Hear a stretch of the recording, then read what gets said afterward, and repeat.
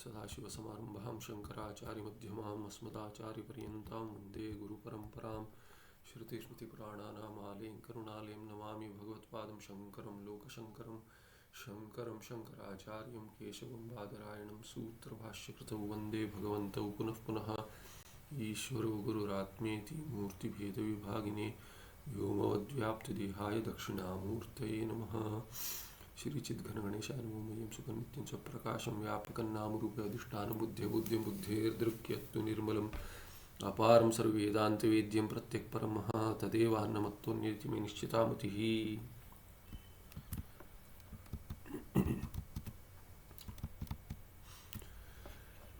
आगे टिप्पण था ये कहाँ पर है,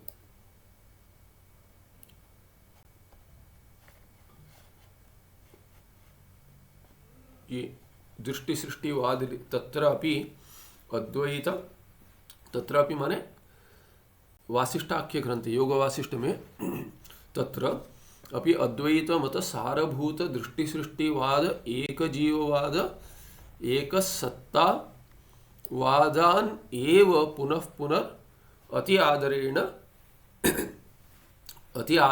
आदरेण अनेक इतिहास ही सम्यक प्रतिपादयति च। ये हमने देखा था। उसमें दृष्टि सृष्टिवाद के ऊपर एक टिप्पण है। कहते हैं यत् संकोच विकासाभ्याम जगत प्रलय सृष्टयः निष्ठा वेदांत वाक्यानाम अथ वाचामगोचरः प्रातीतिकत्वं वेदांत सिद्धान्ते जगत स्फुटम् अतः सुप्तौ जगल्लीनं प्रबोधे जायते पुनः दृष्टि सृष्टिम इमां ब्रह्मानुभवी बहुमन्यते। यहाँ पे ये बधु नहीं बहु होना चाहिए, बहुमन्यते बद्धो मुक्तो महाविद्वान अज्ञ इत्यादि भेदतः एक एव सदा भाति नानेव स्वप्नवत् स्वयं अतः स्वयत्यै वान्येषाम् आभासानपि नामपि ध्रुवं मुक्तिं जानाति हे देवा आत्मना ह्यात्मविद्वरः स्वसंसारदशायां तु स्वभ्रान्त्या सर्वदेहिनाम् आभासानां च संसारं वेदयुक्तिं तथैव च तुच्छा निर्वचनीया च वास्तवी चेत्यसौ त्रिधा ज्ञेया माया बोधैः श्रौतयौक्तिक लौकिकैः इति। बहुत सारे श्लोक दे दिए दृष्टि सृष्टिवाद के निरूपण के लिए। कहते हैं कि यत् संकोच विकासाभ्याम, संकोच माने छोटा होना, विकास माने बढ़ जाना, तो बढ़ना और घटना और बढ़ना क्या है वो जगत प्रलय सृष्टि है। तो जगत प्रलय सृष्टि क्या होती है? संकोच और विकास, जिसके संकोच और विकास के द्वारा होती है। निष्ठा वेदांत वाक्या नाम वही है, उसी यत, वो वेदांत वाक्या की निष्ठा उसी तात्पर्य में, यत में, तत् में, तत् जोड़ना पड़ेगा। तत् अथ वाचामगोचर माने ये कारण है, कार्य से कारण का ज्ञान होता है, लिंग है कार्य कारण के लिए। तो कहते हैं वेदांत वाक्यों की निष्ठा उसी में है और वो वाचामगोचरा वागेंद्रिय और उपलक्षण है वाक बाकी इंद्रियों के लिए, और मन भी यतो वाचो निवर्तन्ते अप्राप्य मनसा सा हमने देखा था, पहले आया था। तो ये जगत प्रलय और सृष्टि जिसके कारण होती है, जो वागादि इंद्रिय से अगोचर है,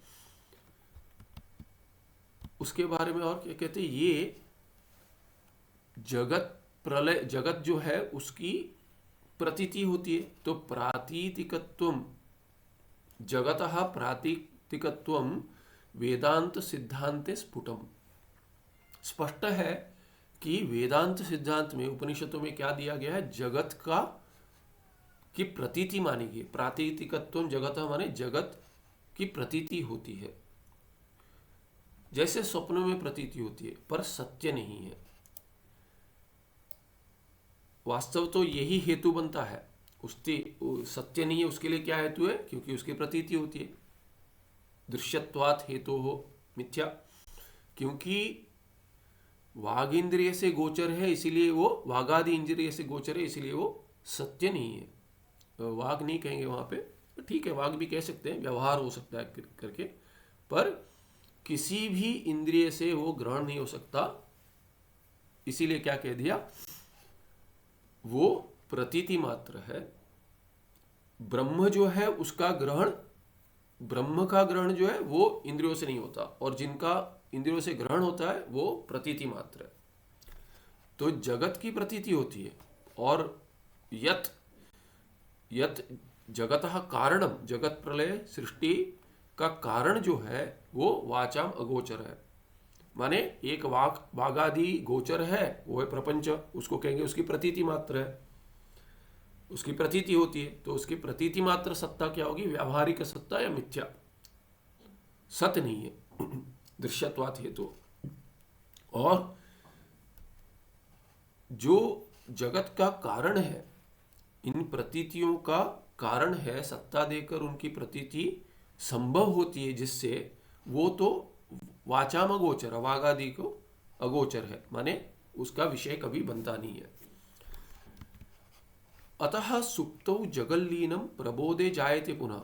इसीलिए क्या क्या दृष्टि सृष्टिवाद में सुषुप्ति में जगत, जैसे जगत का प्रलय हो रहा है ना, प्रलय जो पुराण शास्त्र में कहते हैं प्रलय होता है युग के बाद, फिर चतुर्युग के बाद, कल्प के बाद इत्यादि, जो प्रलय महाप्रलय तक कहा गया है, वैसे ही सुषुप्ति में जगत लीन हो जाता है, उसका लय, प्र जोड़ देंगे तो लीनम माने लय, और प्र उपसर्ग जोड़ देंगे तो प्रलय अर्थ में ही है। तो सुषुप्ति में भी प्रलय होता है, इसीलिए उसको नित्य प्रलय भी कहते हैं, सुषुप्ति को नित्य प्रलय कहते हैं। जगत जिसको दिख रहा था वो लीन हो गया उसकी सुषुप्ति में, इसीलिए वो प्रलय हो गया, कहते हैं जगत है ही नहीं, सुषुप्ति में जगत है ही नहीं। पर जागृत अवस्था में फिर आ जाता है सुबह उठने पे, कैसे कहते हो नहीं है, तो कहते हैं प्रबोधे पुनः जायते, जगत प्रबोधे पुनः जायते, फिर उत्पन्न होता है, सृष्टि होती है जगत की। सुबह जीव उठता है और जगत की सृष्टि होती है, जो उसको गोचर है वो उसकी सृष्टि होती है। बाकी प्रपंच है नहीं है उसमें विवाद हो सकता है, पर जीव क्या कहेगा, आप विवाद करते रहो, पर मुझे जो दिख रहा है प्रपंच वो मैं मानता हूं, उसके व्यतिरिक्त कुछ है, इसके लिए कोई प्रमाण नहीं है। तो जो दिख रहा है उसकी सृष्टि हुई है, बाकी जो नहीं दिख रहा है, नहीं दिख रहा है, नहीं सुनाई दे रहा है, रसन इंद्रिय से ग्रहण नहीं हो रहा है, उसकी सृष्टि नहीं हुई है। इसीलिए उसको जितना दिख रहा है उतना ही सत्य माना गया, सत्य माने व्यावहारिक सत्य, उस उतनी की सृष्टि मानी गई। फिर क्या कहते हैं इसको, अतः सुप्तो जगल्लीनम प्रबोधे जायते पुनः, ये क्या है, सृष्टि दृष्टि इमाम ब्रह्मानुभवी बहुमन्यते, ये मानते हैं। इस ऐसे प्रक्रिया को ब्रह्मानुभवी जो है, ब्रह्मानुभवी माने जिनको साक्षात्कार हो गया, वो इसको बहुमन्यते, इसको बहुत बहुत ही सरल और ऊंची प्रक्रिया, ऊंचा उपाय मानते हैं। किसको, इमाम दृष्टि सृष्टिम, ये दृष्टि सृष्टि जो वाद है ये सबसे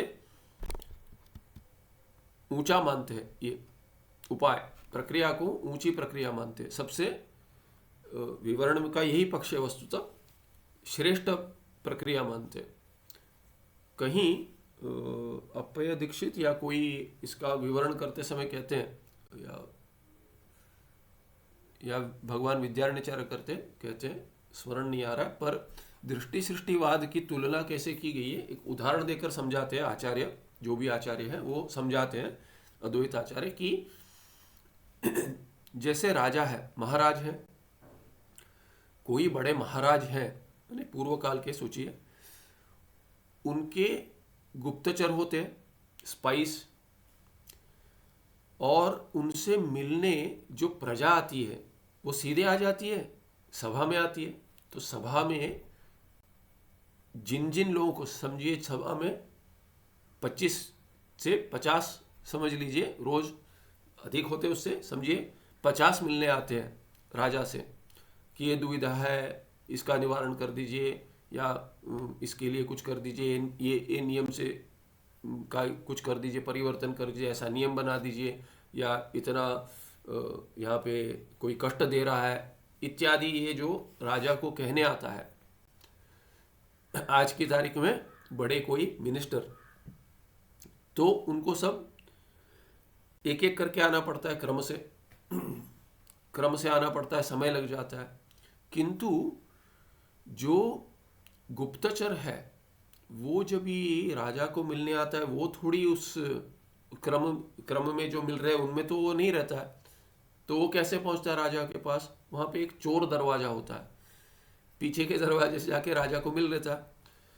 तो कहते हैं ये राजा क्या है, उदाहृत में ये राजा है ब्रह्म और आत्मा, परमात्मा, और बाकी सब प्रक्रिया है सामान्य प्रजा। और दृष्टि सृष्टिवाद जो है ये है उस जो गुप्तचर है उसके लिए, जो तो चोर दरवाजे से आता है, वो चोर दरवाजा है उसके लिए कि ये वस्तु स्थिति है करके कहीं तुलना की गई है कि दृष्टि सृष्टिवाद से सीधे यदि समझ में आ रहा है, नहीं समझ में आ रहा है तो कुछ नहीं कर सकते। कैसे हो सकता है? संशय होगा तो फिर कुछ नहीं करते।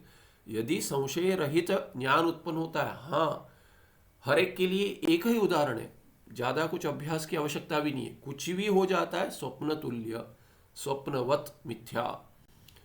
कुछ भी हो जाए, कितनी भी बड़ी घटना हो जाए, बहुत ही दुखदायक हो या बहुत सारा सुख मिल जाए, दोनों मिथ्या है। क्यों? स्वप्न में हो सकता है क्या? चलिए आपको अनुभव नहीं है, पर ये हो सकता है कि नहीं, संभव है। स्वप्न में तो सभी संभव है। इसीलिए जागृत में भी कहते हैं माया की शक्ति से सब संभव है, जैसे स्वप्न संभव है, माया सर्वस्य संभवात। माया से कुछ भी हो सकता है, वैसे स्वप्न में कुछ भी हो सकता है। हम आश्चर्य नहीं करते, अरे ऐसे कैसे हो गया। स्वप्न में होते रहता है कि थोड़ी जागृत का संस्कार होता है, तो उससे सोचते हैं ये कैसे हो गया, पर वो दृढ़ नहीं हो पाता। अरे ऐसे कैसे हो रहा है, मैं तो अभी यहाँ था, अभी वहाँ नहीं था, यहाँ कैसे आ गया। पर वो एक क्षण के लिए आता है, चला जाता है। संशय करते हम, ये ऐसे कैसे हो सकता है, पर वो रहता नहीं है। माया ने बना ही ऐसा है खेल कि यदि आप विचार भी करें, अरे प्रपंच ऐसे क्यों है, जागृत अवस्था में आती है सोच, फिर कुछ अनुभव आ जाता है, कोई आ जाता है, कुछ हो जाता है, उसमें रोज क्या कहते हैं, रोजमर्रा की जिंदगी, कुछ ना कुछ तो चलते रहता है, दिन भर जाता है, कुछ ना कुछ तो होते रहता है। तो उससे क्या है कि वो जो विचार जो है, अरे ये तो प्रपंच ऐसे मिथ्या है, जितना अभ्यास कर ले शास्त्र का फिर भी उस विचार मनन चलते रहता है, मिथ्या तो निश्चय हो जाता है। उसमें रहना चाहते हैं, उतने में कुछ ना कुछ हो जाता है।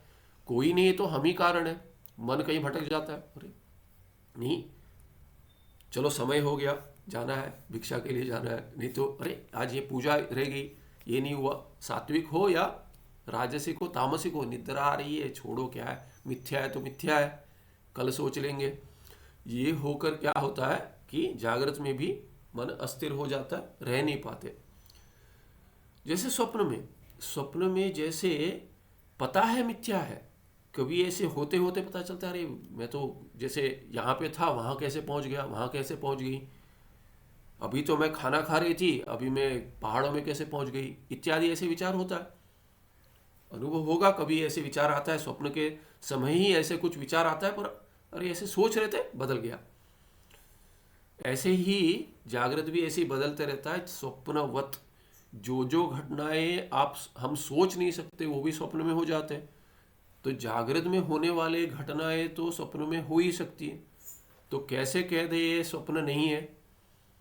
स्वप्न जैसे मिथ्या है वैसे ही ये मिथ्या। इसलिए एक उदाहरण सभी के लिए, कोई भी परिस्थिति हो, कोई भी अनुभव हो, सुख हो दुख हो, दूसरे के अनुभव का विचार करें, क्यों उसे ऐसा क्यों, ईर्षा हो, कुछ भी हो, भूख लगी हो, पीड़ा हो, कुछ भी हो, उसके लिए स्वप्नवत मिथ्या एक उदाहरण पर्याप्त है।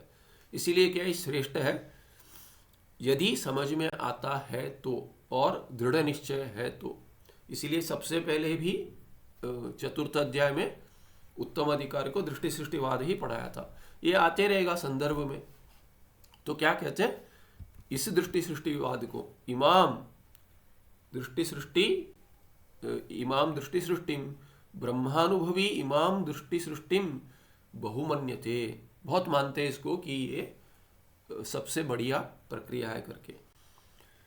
पर वस्तुतः क्या है कि जिसको लगता है कि ये ठीक नहीं है, अरे ये तो नास्तिक बना देगा, ये है वो है, ये तो ठीक नहीं लग रहा है, ऐसे कैसे, अविद्या और माया में भेद है, अविद्या से तो माने ये जीव कैसे कर्ता बनेगा, माया तो जीव की शक्ति नहीं है, उससे प्रभावित होता है, संसार में है, सभी करता और कहता है ये मिथ्या है, उसके लिए दूसरी प्रक्रिया चाहिए। इसलिए जिस जिसके लिए जो जो प्रक्रिया काम कर रही है उस व्यक्ति के लिए वो श्रेष्ठ है, उस साधक के लिए वो श्रेष्ठ है।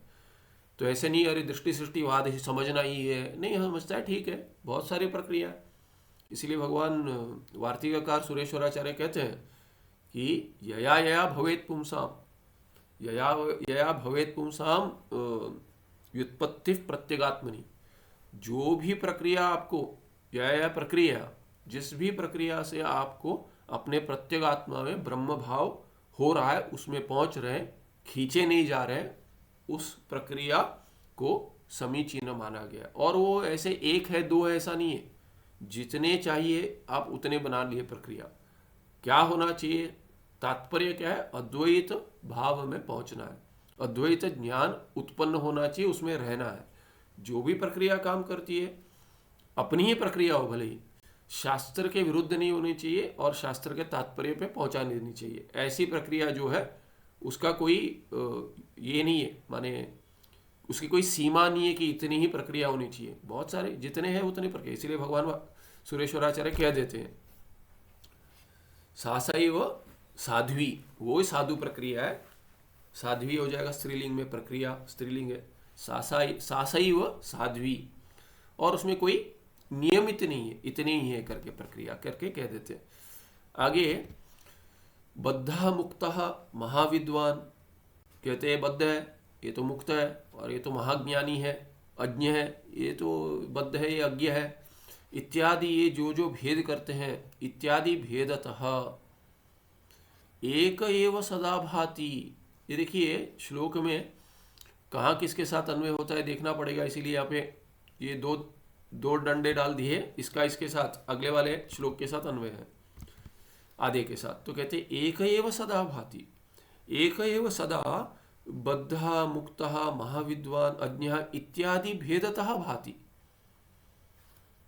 कैसे हो सकता है, कैसे संभव है, एक ही बद्ध भी दिखता है, अज्ञ भी दिखता है, मुक्त भी दिखता है, महाविद्वान विद्वान भी दिखता है, एक ही ब्रह्म है, दूसरा ही नहीं हमारे पास, एक ही ब्रह्म है। तो इसीलिए वही ऐसे भेदों से प्रतीत होता है, सदा, एक बार नहीं, कभी भी प्रतीत होता है, वो एक ही प्रतीत हो रहा है। नाना इव, नाना इव इत्यादि भेदता नाना इव भाति। कैसे, स्वयं स्वप्नवत, स्वयं स्वप्नवत, जैसे नाना इव भाति, तथा जैसे स्वयं ही स्वप्न में नाना जैसे दिखता है, वैसे ही क्या है, एक एव ब्रह्मात्मा बद्ध मुक्त इत्यादि भेद से प्रतीत होता है, भांति प्रतीत होता है, वास्तव नहीं है, स्वप्नवत। अतः स्वयुत्यै वा अन्येषाम् आभासानाम् अपि ध्रुवं मुक्तिं जानाति हे देवाः, हे देवाः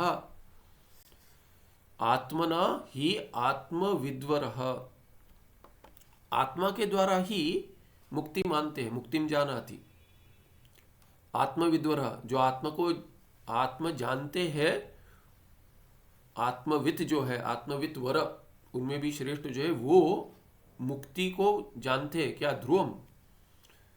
अतः स्वयुत्यै वा अन्येषाम आभासानामपि, ये सभी जो भान हो रहे इनके सब स्वप्नवत, आगे भी अन्वय कर सकते हैं इसके साथ, एक एव सदा भाति नानयो स्वप्नवत स्वयं अतः स्वयुत्यै वा अन्येषाम आभासानामपि ध्रुवम। किस किस संदर्भ में आता है, इसको कुछ भी कर कर दृष्टि सृष्टिवाद में घटाना है, किसी से ऐसे भी अन्वय होगा, स्वप्नवत स्वप्नवत स्वप्नवत, सभी इसमें स्वप्नवत, इसलिए आत्मना ही मुक्तिम जानाति, आत्मा के द्वारा ही हुआ। ध्रुव मुक्ति होगी अपने आप होगी, अपने आप होगी माने आत्मा के द्वारा, क्योंकि और कोई है ही नहीं।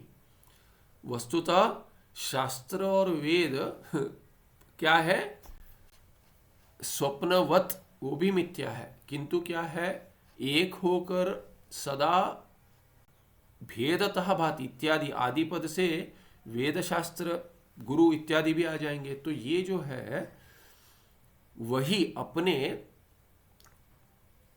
अपने लिए या दूसरे के लिए, स्वयुत्यै व अन्येषाम आभासन अपि, कहते हैं आत्मा के द्वारा ही होगा मुक्ति, अपने से ही होगी मुक्ति। ऐसे नहीं कि गुरु मुक्त हो जाएंगे तो मैं मुक्त हो जाऊंगा। ये क्यों, देखिए ये कहीं मुंडक उपनिषद में भगवान आनंद गिरी एक जीववाद का खंडन करते हैं। एक जीव अधि है वस्तुतः, ये एक जीववाद का खंडन कर से ऐसा प्रतीत होता है। टीका में, मांडुक्य उपनिषद के भाष्य टीका में कहते हैं कि एक जीव का खंडन किया गया करके ऐसे प्रतीत होता है। पर क्या है वो संदर्भ, क्या है कि कुछ लोग क्या कहते हैं, जो एक जीववाद को या दृष्टि सृष्टिवाद को ठीक समझ नहीं पाते, वो क्या सोचते हैं, एक जीव मुक्त होगा तो सभी मुक्त होंगे। ऐसा अर्थ नहीं है, कह देते हैं ऐसा, एक जीव हो गया तो सभी मुक्त, बाकी जीवों का क्या, वो भी मुक्त होंगे कहते, क्योंकि वो बद्ध कभी थे ही नहीं। क्यों बद्ध नहीं थे, क्योंकि दूसरा कोई जीव था ही नहीं, एक ही जीव था, वो मैं हूं जो साधक हूं। हर साधक जो है वही जीव है, वो प्रयत्न कर रहा है। अभी वो प्रयत्न कर रहा है, कोई कह देता आप प्रयत्न कर रहे हो इतना सारा, एक जीव की मुक्ति से सभी की मुक्ति हो जाती है, तो बोलते अच्छा हमारे गुरु तो मुक्त है तो मेरी मुक्ति भी हो जाएगी।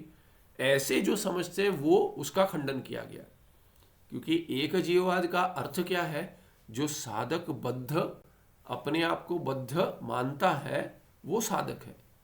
जो मानता है अपने आप को बद्ध वो साधक है, वही जीव है, दूसरा कोई जीव नहीं है। बाकी जीव उसकी कल्पना है, जैसे अपना शरीर ही कल्पित है। तो दृष्टि सृष्टिवाद से शास्त्र उसको समझा देता है कि तुम एक ही जीव हो, बद्ध हो, ऐसे तुम्हें प्रतीति हो रही है, तुम बद्ध नहीं हो, तुम मुक्त हो, क्योंकि तुम ब्रह्म हो।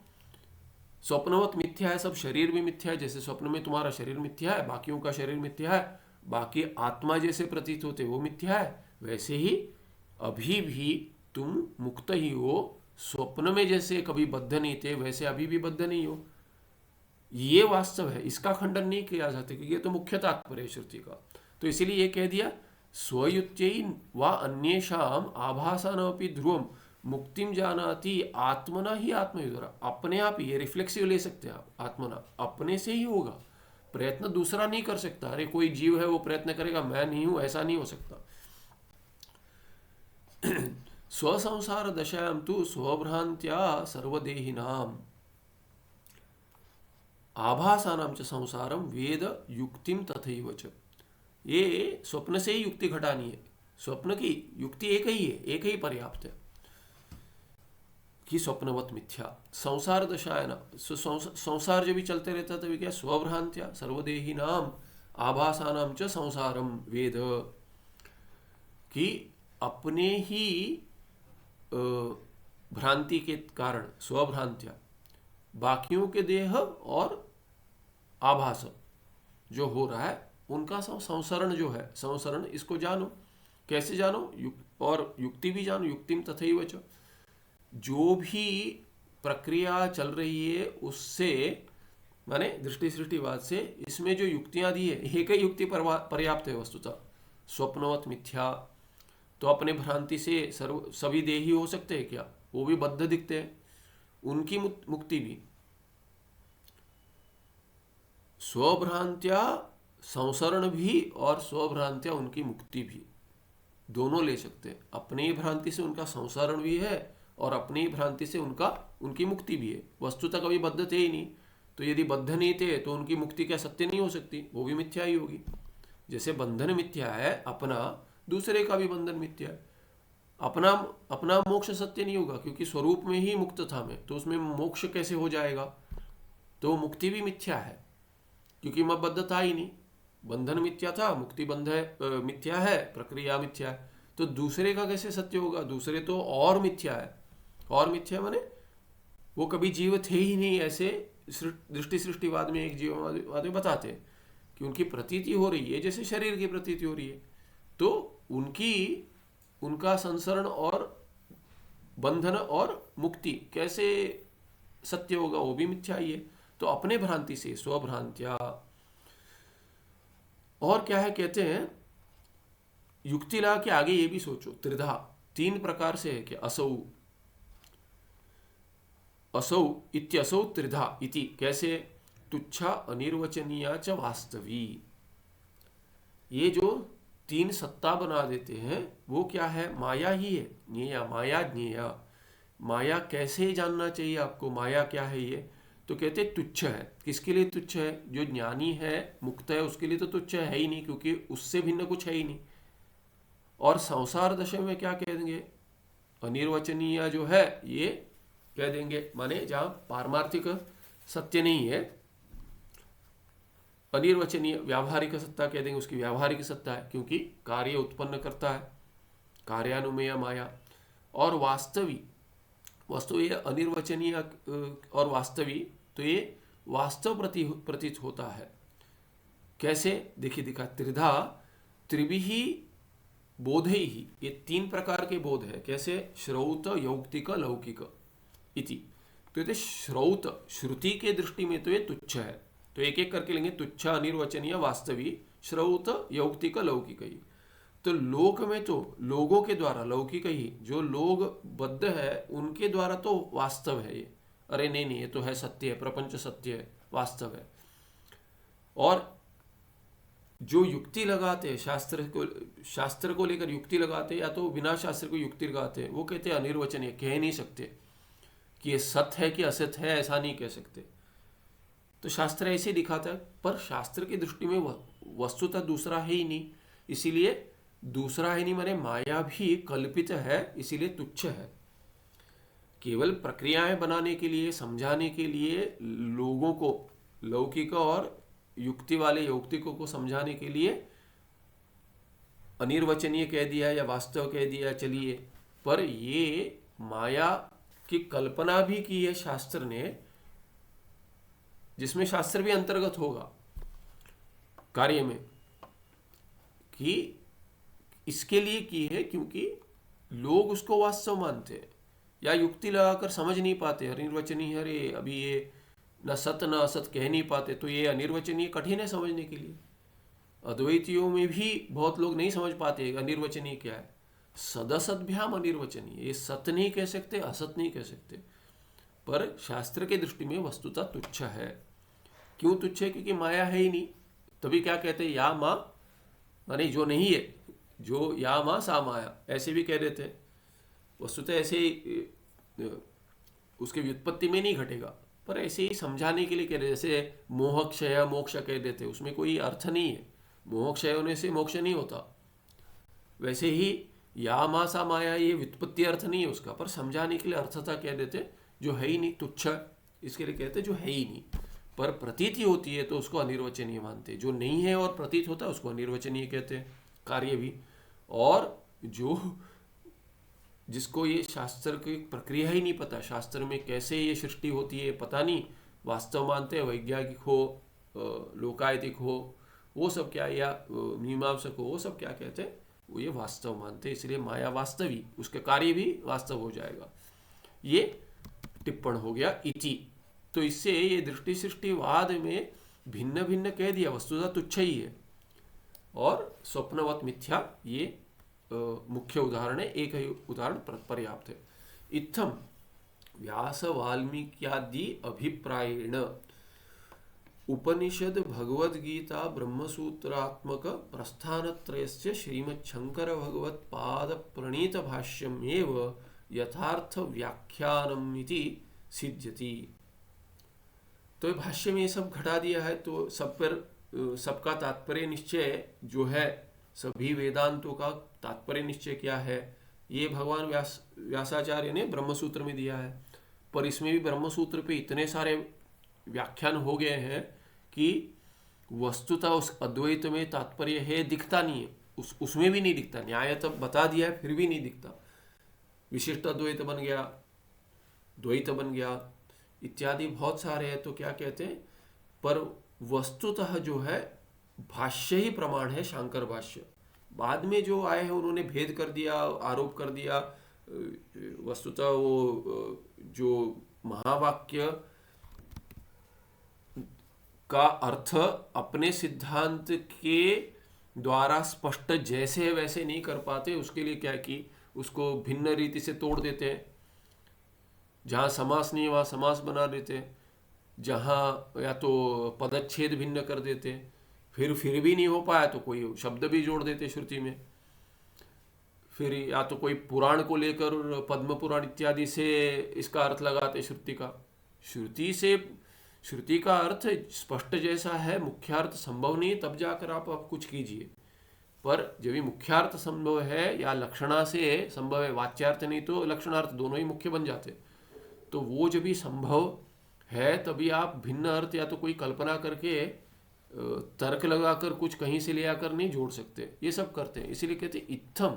इत्थम माने जैसे योग वासिष्ठ में दिखाया है, मांडुक्य उपनिषद का सारभूत जो है वो दृष्टि सृष्टिवाद, एक जीववाद या एक सत्तावाद जो दिखलाया है उसको भगवान भाष्यकार ने समझाया है। इसलिए इत्थम अनेन प्रकारेण, इत्थम व्यास वाल्मीकि आदि अभिप्रायण, उनका भी अभिप्राय यही है। तो अभिप्राय उनका जो भी है, ऋषि मुनियों का अभिप्रायण उपनिषद, जो उपनिषद है उस पे उपनिषद हो, भगवत गीता हो या ब्रह्मसूत्र, ये तीनों जो है वो मुनियों ने, जो ऋषि मुनियों ने, ऋषि ने तो क्या रचना नहीं की उपनिषद की, वो जैसे वो तो मंत्र दृष्टा थे, मंत्र दृष्टा थे, तो जैसे मंत्र मैंने सुनाई दिया, स्पष्ट हुआ उनको, वैसे उन्होंने शब्दतः दे दिया। और भगवत गीता स्मृति ग्रंथ है, तो इसी उपनिषद को कहेंगे श्रुति प्रस्थान, और भगवत गीता है स्मृति प्रस्थान। तो भगवान व्यासाचार्य ने जैसे भगवान कृष्ण ने उपदेश किया अर्जुन को, वैसे उन्होंने उसमें श्लोक रूप में बना दिया भगवत गीता। 700 श्लोक में वो स्मृति हो गई, श्रुति के आधार पर ही है वो। और ब्रह्मसूत्र न्याय प्रस्थान है, उसमें श्रुति का जो तात्पर्य है उसका विचार किया गया है, कर्मकांड का भी ज्ञान कांड का भी। कर्मकांड का भी माने संपूर्ण कर्मकांड का तात्पर्य, और ज्ञान कांड का जो तात्पर्य उसमें भेद दिया है, क्योंकि जैमिनी सूत्र जो है वो कर्मकांड प्रधान है। तो कर्मकांड वो इसीलिए ज्ञान कांड को क्या कहते हैं, ज्ञान कांड का अंग अंगी भाव बना देते हैं कर्मकांड के साथ। तो कहते हैं कर्मकांड ही अंग है, अंगी है, उसका अंग हो जाएगा ज्ञान कांड। वो कर्ता इत्यादि की स्तुति के लिए बनाया गया, अर्थवाद मानते, और अर्थवाद की विधि वाक्य के साथ एक वाक्य तो हो जाती है, एक वाक्य बन जाती है। इसलिए वो पूरा ज्ञान कांड क्या है कहते हैं, वो वस्तुतः जैसे कहते हैं वैसा नहीं है, ऐक्य ब्रह्म के साथ नहीं है, वो स्तुति परक है, स्तुति कर देता है कर्ता का, तो कर्ता जाके कर्म करे, ऐसे वो अर्थवाद दिखलाते। क्योंकि जब भी ज्ञान होगा तब जाकर आप ये करोगे, कोई कर्म करोगे, तो पहले ज्ञान होना चाहिए। विज्ञाय कर्म कुर्वीत, कि कोई भी है बिना ज्ञान के तो कोई कर्म नहीं करता। तो इसीलिए कहे कि अपना संपूर्ण ज्ञान उपनिषद में मिल जाता है, वो स्तुति परक है, उससे अपना ज्ञान मिलकर फिर उसके बाद कर्म में जोड़े, ऐसे करते हैं। तो उन्होंने, जैमिनी महर्षि ने कर्मकांड पे जो भाष्य ये सूत्र की है, पूर्वमीमांसा सूत्र की रचना की है, वो उपनिषद पर नहीं है, ज्ञान कांड पर नहीं है सूत्र। तो ज्ञान कांड पे सूत्र नहीं है और कर्म कांड पे है, इसीलिए भगवान व्यासाचार्य ने, बादरायण व्यासाचार्य ने, उन्होंने कर्म कांड पे सूत्र नहीं बनाए, उन्होंने केवल उपनिषद ज्ञान कांड पर सूत्र बनाए। तो दोनों मिलकर पूरा वेद संपूर्ण होता है। तो जिसको मोक्ष चाहिए उसको तो वैराग्य आकर उसको ब्रह्मसूत्र इत्यादि का अभ्यास कर कर उपनिषद का अर्थ कैसे घटेगा तात्पर्य वहां समझा है, वैसे अभ्यास करना चाहिए। स्मृति ग्रंथों का पुराण इतिहास जो अद्वैत को ही तात्पर्य मानकर दिखलाते हैं, तात्पर्य अद्वैत का ही तात्पर्य है ये दिखला देते हैं। और जो लोकत्रय चाहता है, पुत्रेषणा, वित्तेषणा, लोकेषणा, ये तीन लोगों की जो इच्छा करता है, माने वो उपलक्षण जो जो इच्छा है वो सब इन्हीं में घट जाएंगे सभी। इन तीनों में विभाग हो जाएगा। तो उनको तो क्या है कि गृहस्थ जीवन में जाकर कर्म कर कर उसके फल भोगने चाहिए, वो भी स्तंभ है। इसीलिए ब्रह्मचर्य आश्रम में अपनी स्वशाखा इत्यादि का अध्ययन करे, गृहस्थ बनकर कर्मकांड में जो जो कर्म दिए हैं वो नित्य कर्म करे, काम ना हो तो काम्य भी करे और उसका फल भोगे भिन्न भिन्न लोक में, ऐसे प्रक्रिया है। और उसी में वानप्रस्थ भी आता है और आगे जाके संन्यास आता है, पर बिना वैराग्य के संन्यास न ले तो कलयुग में तो इसीलिए वैराग्य पर है ज्ञान कांड। इसीलिए उनके लिए उपासना भी है वहाँ पे, वो कर्म से जुड़े नहीं है। वो उपासना क्या है कि जैसे वानप्रस्थ आश्रम में अधिक उपासना इत्यादि कर कर चित्त शुद्धि और एकाग्रता, वस्तुतः चित्त शुद्धि नित्य कर्म से होती है और एकाग्रता उपासना से होती है। उसके बाद संन्यास आश्रम में जाए जिसमें श्रवण करे, श्रवण मनन निध्यासन। तो ये प्रक्रिया, तो ये इनको प्रस्थानत्रय कहते हैं। प्रस्थानत्रयस्य श्रीमद् शंकर भगवत पाद प्रणीत भाष्यम एवं यथार्थ व्याख्यानम इति सिद्ध्यति। जब भी आप इनका अभ्यास करते हैं योग वासिष्ठ इत्यादि का, वहाँ पे तो आपको पता चलता है कि ये भाष्य जो है शांकर भाष्य यही ठीक है, यथार्थ व्याख्यानम इति सिद्ध्यति। इत्थम, इस प्रकार से इत्थम सर्वज्ञ व्यास वाल्मीक्यादि वचन विरोधाद भेदवाद अप्रामाणिक। तो अद्वैतवाद जो भगवान शंकराचार्य शांकर भाष्य में, माने प्रस्थानत्रय भाष्य में जो स्पष्ट दे दिया, पहले भी अद्वैत ही था, माने श्रुति से जो आया है वो सब अद्वैत ही है, किंतु भिन्न भिन्न मोह होकर कुछ कुछ तो वृत्तिकार इत्यादि ने कहीं तो मिश्रण कर दिया था उसका, ये सब जो थे। और सांख्य इत्यादि जो शुद्ध द्वैतवाद थे, वेदांत में भी वेदांती ही थे, वृत्तिकार वेदांती थे, किंतु उन्होंने समुच्चय दिखा दिया कि एक ज्ञान और कर्म का समुच्चय होकर कर कर मुक्ति प्राप्त होगी। तो उन्होंने उसका भी खंडन किया है, बाकियों का तो खंडन किया है, नास्तिकों का, आस्तिकों का, दर्शनों का। और वृत्तिकार वेदांती मत जो है भर्तृ प्रपंच थे, उनका भी खंडन किया है। कहीं कहीं उनके मत को दिखा दिया कि उनके द्वारा पूर्व पक्षी का खंडन कर दिया, उसके बाद उनका खंडन करते। जैसे कहीं कहीं क्या करते, बौद्धों का मत लेकर बाकियों का खंडन करते हैं विज्ञानवादी, तब तक ठीक है कहते हैं, बाद में जाकर विज्ञानवादी का खंडन करते हैं। इसको मैंने जैसे सांख्य भी सांख्य का खंडन करते, उससे सबका खंडन हो जाएगा। इसको प्रथम मल्ल न्याय कहते हैं। कुश्ती में सबसे जो अव्वल है, पहला नंबर है, उसको उस पर यदि जीत प्राप्त कर ली तो सब पर जीत प्राप्त कर ली। कहीं भी किसी पे भी यदि आप जो पहला है उसके आगे चले जाओगे तो आप जीत गए, बाकियों के आगे तो वैसे ही चले गए। तो प्रथम मल्ल न्याय से सिद्ध होता है। तो कहीं कहीं ऐसे वो उपाय लेकर भाष्य करते तो संक्षेप हो जाते, उनका पक्ष भी हो जाता है और सिद्धांत कह रहे थे इससे थोड़ा आगे आप चले जाओ तो आपको सिद्धांत मिल जाएगा, ऐसे दिखला देते। माने जिस अंश में विरोध नहीं है शास्त्र का, उस अंश में उनका विरोध नहीं करते। भगवान भाष्यकार कह रहे नहीं उनका मत है इसीलिए उखाड़ के फेंक दो, ऐसा नहीं है। जिस अंश में शास्त्र की सम्मति है वहां तक ठीक है, उससे आगे जब शास्त्र का विरोध हो गया उस अंश में कहते ये ठीक नहीं है।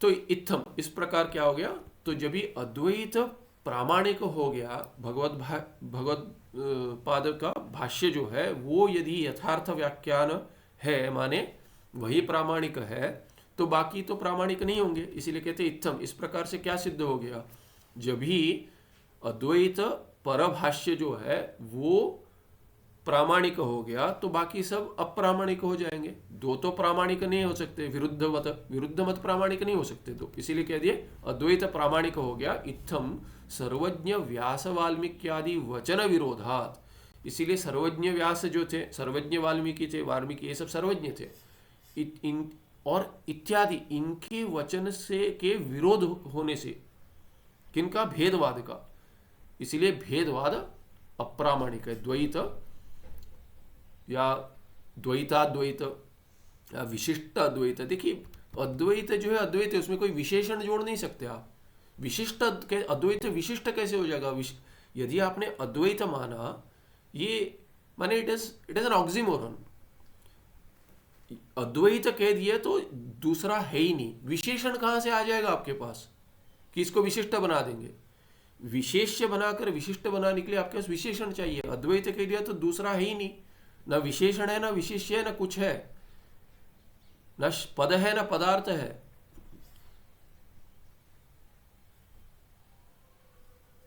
ये अकार वही सर्वा वाक करके छांदोग्य में आता है, अकार ही सर्वा वाक है। सभी शब्द अकार में आ जाते हैं, अंतर्गत है। अकार क्या है? ओमकार, अ उ म, अ उ मकार। तो अ उ म ओमकार जो है उसमें अ से ओमकार कह दिया और उसी में सभी शब्द है। क्यों अ कहते? तो जब भी मुख खुल जाता है, बच्चा भी जो पहला शब्द क्या बोलता है, अ करते रहता है, बात नहीं करने देता, प्रयास करता है। तुम जब भी मुंह खुलता है तभी अ उच्चारण हो जाता है, और बंद करता है तो अम हो जाता है, मकार आ जाता है। उसके बीच में जो है वो सबसे सबका उकार से ग्रहण हो जाता है। तो इस पूरा जो अक्षर प्रपंच है वो सब ओम में आ गया। वही परमात्मा का नाम है जिसमें सभी पदों का, सभी शब्दों का ग्रहण हो गया। कैसे? क्योंकि सभी अक्षरों का ग्रहण हो गया। सभी अक्षरों का ग्रहण हो गया तो सभी शब्दों का ग्रहण हो गया। किसी भी भाषा में वस्तुतः उसका उन सब शब्दों का ग्रहण हो गया, और शब्दों का ग्रहण हो गया, वाक्यों का ग्रहण हो गया। तो क्या हो गया?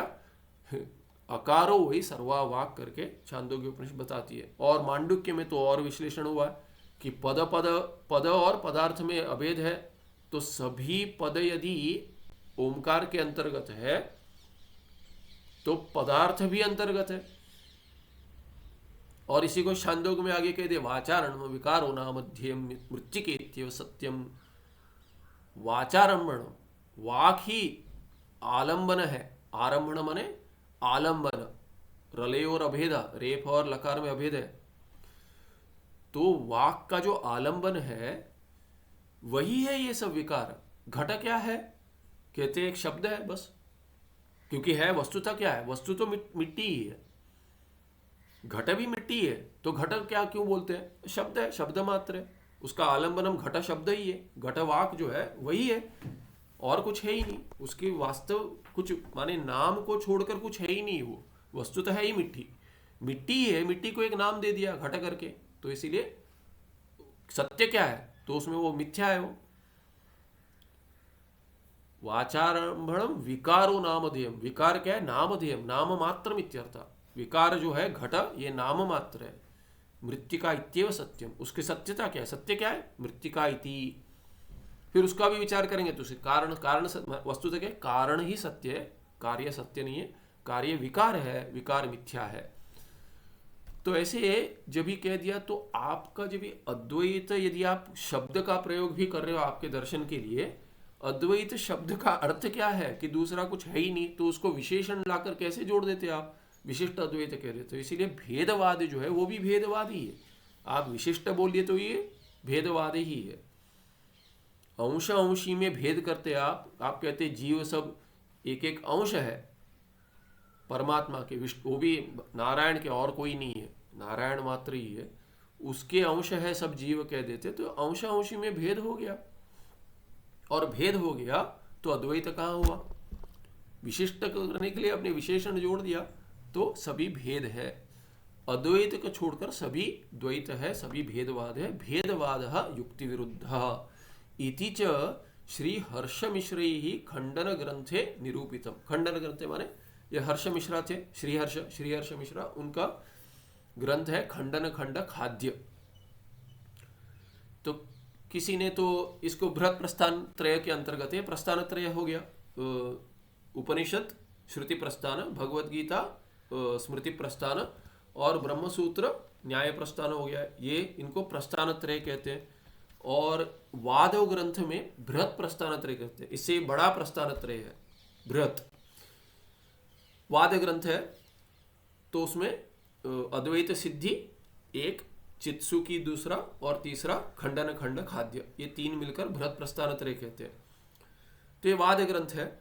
तो वाद ग्रंथ माने किसी ने वाद कर कर अरे अद्वैत का खंडन कर दिया, कहते हैं आप भगवान भाष्यकार, आप शंकराचार्य ने खंडन कर दिया बाकी दर्शनों का, हम शंकराचार्य का खंडन करते हैं। माने मत का, इसीलिए आकर शंकराचार्य के विरुद्ध भी बात करते और मत के विरुद्ध भी बात करते। मत के विरुद्ध बात करते तब तक ठीक है, व्यक्ति निंदा करते हैं ठीक नहीं है। ठीक है, मत में आप आइए चर्चा कीजिए, तो चर्चा कर कर वितंड करते, कहीं कहीं कहीं कहीं जल्प करते, ठीक है, वितंड करते। तो वितंड जो करते हैं उसके लिए वितंड ग्रंथ है, ये खंडन खंड खाद्य भी एक वितंड ग्रंथ है। वितंड ग्रंथ में क्या है कि अपना पक्ष स्थापित करना ऐसा कुछ नहीं है, दूसरे पक्ष का खंडन करना है बस। आपका पक्ष ठीक नहीं है, बस ठीक नहीं है दिखाना है तर्क से, नियम होने चाहिए तो खंडन करते हैं इनको सब। ये वितंड ग्रंथ, तो किसी अद्वैत का खंडन कर दिया तो ये कहते हैं खंडन जो है, खंडन खंड खाद्य, ये खंडन जो आपका हमारे लिए खाद्य है, कहते हैं श्रीहर्ष, इसीलिए नाम दे दिया खंडन खंड खाद्य। आपका जो खंडन है ये पूरा खंडन हमको, हम तो अरे हमारे लिए तो ये खाद्य पदार्थ है, भोजन है, ऐसे है ये, मैंने हम इसको ऐसे ही खा जाएंगे, ये क्या तर्क है। तो इसीलिए आपका वितंड हम वितंड से ही करेंगे, उसका विरोध हम वितंड से ही करेंगे। तो तर्क का विरोध तर्क ही से कर सकते हैं। अब तर्क है तो हम तर्क को नहीं मानते, ऐसा नहीं कर सकते। जो तर्क से युक्ति से प्रश्न पूछता है उसको आप श्रुति नहीं बता सकते। श्रुति बताइए पर आपको युक्ति भी बतानी है। तो बहुत सारे अद्वैती आज के भी है या उसके बाद कुछ आए अपनी प्रक्रिया बनाई है, तो कहते हैं शंकर भाष्य के आगे नहीं जाना है। अरे क्यों नहीं जाना है? नहीं, शंकर भाष्य से ही मुक्ति होगी। जैसे अभी दृष्टि सृष्टिवाद से कहा, दृष्टि सृष्टिवाद से ही मुक्ति होनी है ऐसा नहीं है, कितने जन्म चले जाएंगे। यदि आपको प्रक्रिया समझ में आ रही है, कोई अद्वैत भाव सत्य है ये समझ में आ रहा है, तो नहीं मुझे दृष्टि सृष्टिवाद ही चाहिए, उसी से होनी चाहिए, मुक्ति करके बैठे रहेंगे तो कोई अर्थ नहीं है ना, वो तो मूर्खता है। जो प्रक्रिया है उसमें स्पष्ट है और उसी से मुक्ति होनी चाहिए, ऐसा नहीं करना। तो जिसको प्रश्न है, संशय है, उसका निवारण जिस प्रक्रिया से होता है उस प्रक्रिया का आधार ले। नहीं मुझे इसी प्रक्रिया में इसी से प्रश्न के उत्तर मिलने चाहिए, दूसरी प्रक्रिया मैं नहीं मानता, इसी से मुझे मोक्ष दिलाइए, संशय का निवारण करें, तो कहाँ से होगा? वो तो परीक्षा के लिए ठीक है, इसके इतने ही रहकर इसके बाहर नहीं जाकर जो पूछा है उतना ही बताओ, उससे अधिक नहीं बताओ, उससे कम नहीं बताओ, अपने ज्ञान का प्रदर्शन मत करो, ये सब नहीं। वो मार्क्स के लिए ठीक है, पर मुक्ति के लिए जो प्रक्रिया चल रही है जिससे मेरे संशय का निवारण हो रहा है वो प्रक्रिया मेरे लिए ठीक है, जिसमें अद्वैत घट रहा है, प्रत्येक आत्मा में निष्ठा हो रही है, ब्रह्म भाव हो रहा है। तो ये ऐसे ही कोई कहता नहीं भाष्य ही है। अरे जिसको संशय है उसको टीकाकार भिन्न भिन्न प्रक्रिया से बता रहे, विवरणाचार्य बता रहे, भामतीकार बता रहे, कोई सृष्टि दृष्टिवाद से बता रहे, कोई दृष्टि सृष्टिवाद से बता रहा है, कोई उपासना बता रहे, उसको उपासना थे देखो ये ऐसे करो, उसके बाद अहंग्रह उपासना ही कर लो, ज्ञान नहीं उत्पन्न हो रहा है तो कुछ एकाग्रता बढ़ जाएगी, कुछ शुद्धि हो जाएगी, क्या कार्य होगा पता नहीं। भगवान विद्यारण्याचार्य तो कहते हैं पंचदशीकार 9वें अध्याय में कि ये नहीं बता सकता मैं क्या होता है, ये प्रक्रिया कैसे चलती है नहीं बता पाऊंगा। जैसे अहंग्रह उपासना जो है अद्वैत में, अद्वैत उपासना जो है निर्गुण ब्रह्म की उपासना है, संभव नहीं है कहता है पूर्व पक्षी। कहता है निर्गुण ज्ञान जैसे संभव है वैसे निर्गुण ब्रह्म की उपासना भी संभव है। कैसे ये काम करती है नहीं समझा। तो उदाहरण देता हूँ, कहते हैं ये पहले बताया था लगता है मैंने, कहते हैं कि जो अपनी शाखा का अध्ययन कर रहा है, स्मरण नहीं आ रहा है, कुछ सूक्त स्मरण नहीं आ रहा है, वटु को ब्रह्मचारी को दिन भर कर रहा है, स्मरण नहीं आ रहा है, रात को सो जाता है, सुबह उठते ही सब स्मरण आ जाता है, तो रात को निद्रा में क्या होता है नहीं बता सकते। तो ऐसी उपासना में क्या होता है ये नहीं बता सकता मैं, पर उसका आपको फल दिखेगा, अनुभव सिद्ध है। इसीलिए कहते हैं निर्गुण ब्रह्म उपासना संभव नहीं है मत कहिए, वो संभव है, उससे आत्मिक ज्ञान उत्पन्न होगा ये नहीं कहते हम, पर जो श्रवण किया है उसका फल जो है उस वो मिल सकता है। निर्गुण ब्रह्म के अहंग्रह उपासना से, उस भावना से कुछ विक्षेप हट जाएंगे, कुछ ये हो जाएगा, कुछ बाधाएं हट जाएंगी। तो जब ये श्रवण जो ज्ञान उत्पन्न नहीं कर पा रहा है, ज्ञान के विरोधी जो संस्कार है या बाधाएं हैं वो इससे जा सकती है। क्या होता है नहीं बता सकते पर होता है, ये ऐसे कहते हैं। तो वैसे ही क्या है कि ये टीका में जो जो उत्तर दे रहे हैं वो आपको समझ में नहीं आ रहे हैं या आपको उसकी अपेक्षा नहीं है, आपको आवश्यकता नहीं है, ठीक है, दूसरे को नहीं होनी चाहिए नहीं कह सकते आप, उनको लाभ हो रहा है तो ये बात नहीं, इसमें ही होना चाहिए, इसमें भाष्य से ही होना चाहिए। अरे भाष्य से ही होना चाहिए तो मूल में बैठो ना, भाष्य भी क्यों चाहिए आपको?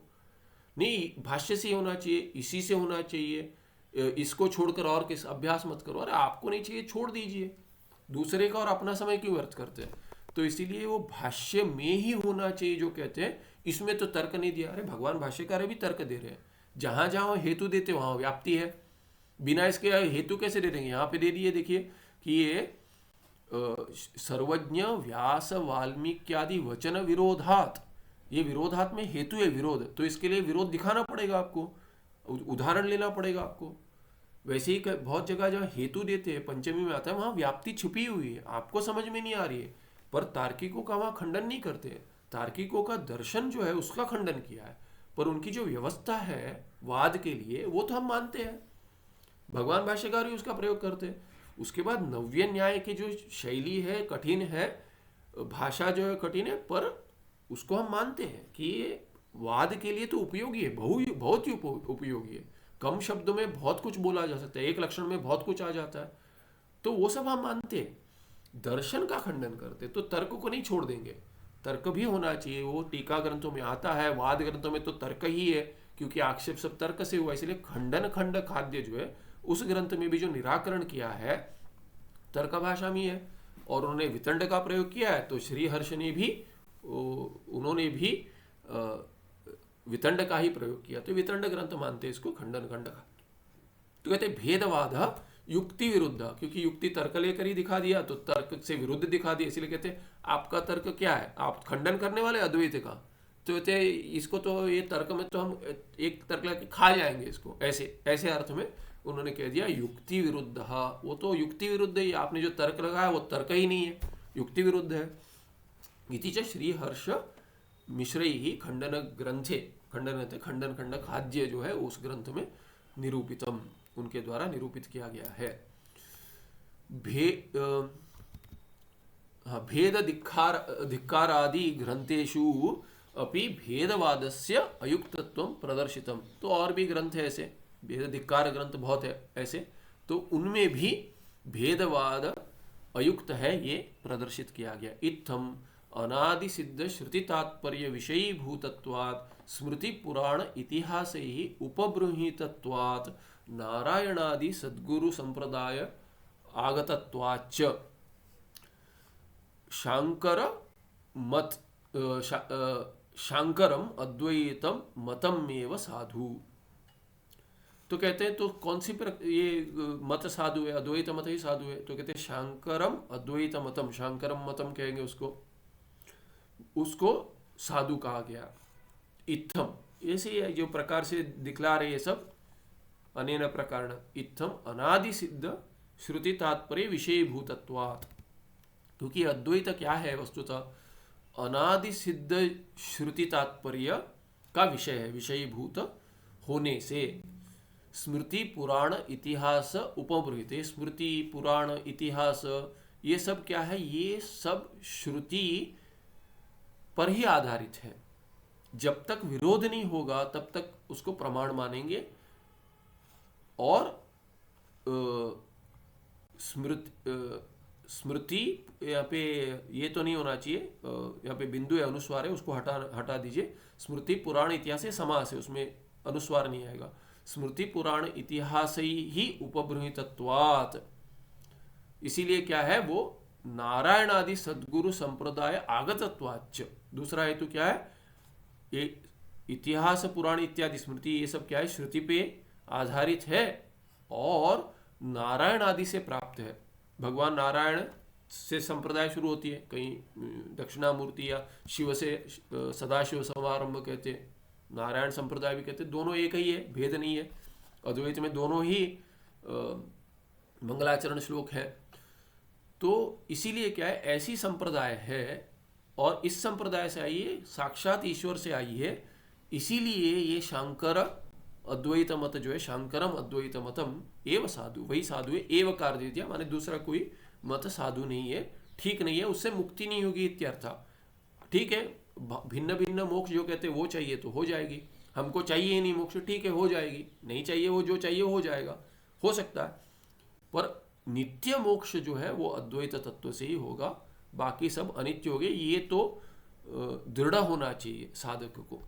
सर्वै ही श्रेयोर्थी ही आदरणीयंच, इसीलिए जो श्रेय माने, श्रेयस का अर्थ क्या है, मोक्ष, वही परम श्रेयस है, वही श्रेयस है। बाकी सब कठोपनिषद में आता है प्रेय है, तो प्रेय और श्रेय तो आते रहते हैं। तो आपको ठीक है इसी से होना चाहिए, उसी से होना चाहिए, ऐसे ही होना चाहिए, ठीक है। आपको कोई बिना प्रमाण के आपके भावना से आप कह रहे हो तो ठीक है, जाइए जो प्रिय है वो कीजिए, उससे संसरण होगा, मुक्ति नहीं होगी। इसलिए सर्वे ही श्रेयोर्थी भी, न तो सर्वे ही नहीं सबको या अद्वैत शांकर मत का आदर करना चाहिए, नहीं करना चाहिए, नहीं करते लोग, ठीक है। पर जो यदि आप मुक्ति चाहते हो, श्रेयोर्थी हो माने मोक्ष इच्छु मुमुक्षु हो, तब उनके द्वारा तो आदरणीय, आदरणीय। और आदर नहीं होगा तो कैसे, श्रद्धावान लभते ज्ञानम, ऐसे कहा श्रद्धावान लभते ज्ञानम। श्रद्धा नहीं होगी, आदर नहीं करेंगे तो ज्ञान कैसे मिलेगा, मोक्ष कैसे होगा। ये हो गया 228। आगे 229 से लेके अगले पाठ में करेंगे। कोई प्रश्न है?